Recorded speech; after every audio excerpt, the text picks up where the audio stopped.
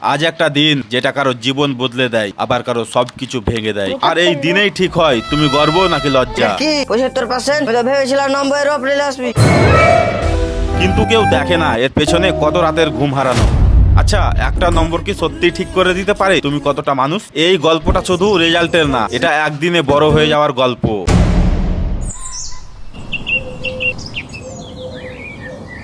কিরে রাহুল, তুই এখনো খাসনি? তোর আজ মাধ্যমিকের রেজাল্ট আছে। না মা, আমার খিদে নেই। দেখ বাবা, এবার আমি অনেক বড় আশা করে আছি, তুই লোকের মাঝে আমাকে লজ্জা না দিস। তুই প্রতি বছর ফেল করছিস, লোকের কথা আমার আর সহ্য হচ্ছে না।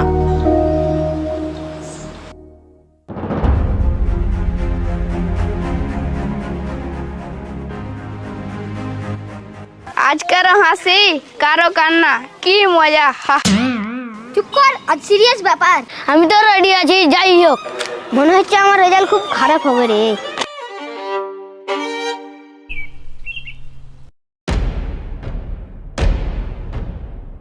এই যে হিরোরা, আজ তোদের মাধ্যমিকের রেজাল্ট আছে। তোরা জানিস তো, না খালি চায়ের দোকানে বসে বসে আড্ডা মারছিস। এই ছেলেরা, আমাদের টাইমে তো এত টেনশন ছিল না রে। এখন তো মাধ্যমিকের রেজাল্ট মানেই লাইফ শেষ। এসে আগে একটা চা দেন তো, ফেল করলে না হয় শান্তিতে মরতে তো পারবো।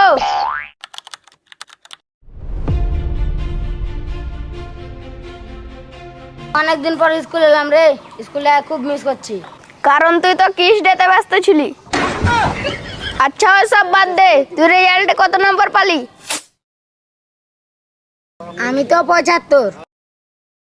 আমার তো 52 রে। আমারটা 68। আমি ঠিক আছি। বাহ, আমার 41, আমি বেঁচে গেছি। আমি তো ফেল রে।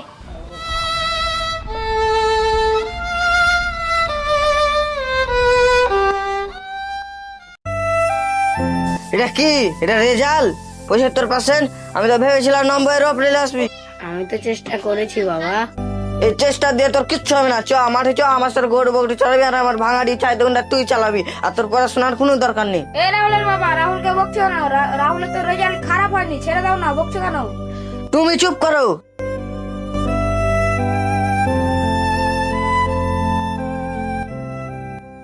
আমি তো শেষ রে বন্ধু, আমার রেজাল্ট ভালো হয়নি, বাড়িতে খুব মারবে। আমার তো শান্তি নেই, বাড়িতে কেউ খুশি নাই, খুব কষ্টে আছি। আরে বন্ধু, নম্বর কম বেশি হতেই পারে। আরে বন্ধু, আমরা তো আছি, আবার সুযোগ আছে।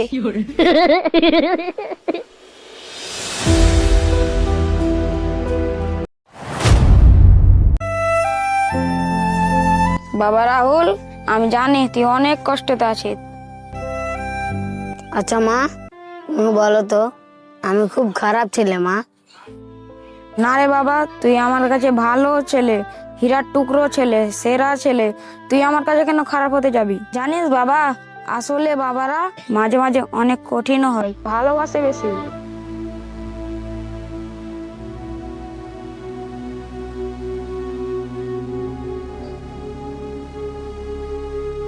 কিরে রাজু বাবা, ভালো?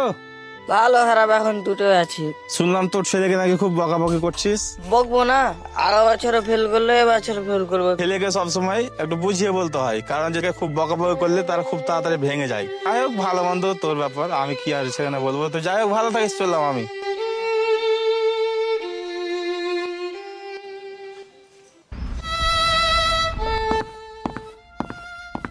দেখ বাবা রাহুল, তুই তো আমার কথায় অনেক কষ্ট পেয়েছিস। আসলে বারবার ফেল করাই পরীক্ষার রেজাল্টের চিন্তায় আমি অন্ধ হয়ে গেছিলাম। যাকে বাবা, আমি আমার নিজের কথার ভুলটা বুঝতে পেরেছি। আসলে তোকে অনেক কিছু বলে ফেলেছি, তার জন্য বলছি সরি বাবা, কিছু মনে করিস না। তুই চেষ্টা করেছিস, সেটাই বড় কথা। চল আজকে খুশির পার্টি। টাকা কে দিবে? কেন বাবু? আমি তো অনেক কষ্টে পাস করেছি রে। রেজাল্ট শুধু নম্বর নয়, এর পেছনে থাকে পরিবার, বন্ধুত্ব আর বুক ভরা ভালোবাসা। এটাই হচ্ছে আমাদের সমাজ, এটাকে নিয়েই থাকি আর এটাকে নিয়েই চলি। আর সবার শেষে একটা কথা, ভিডিও ভালো লাগলে লাইক কমেন্ট শেয়ার করে দিবেন এবং সবার মাঝে ছড়িয়ে দিবেন। ভালো থাকবেন, সুস্থ থাকবেন, ধন্যবাদ।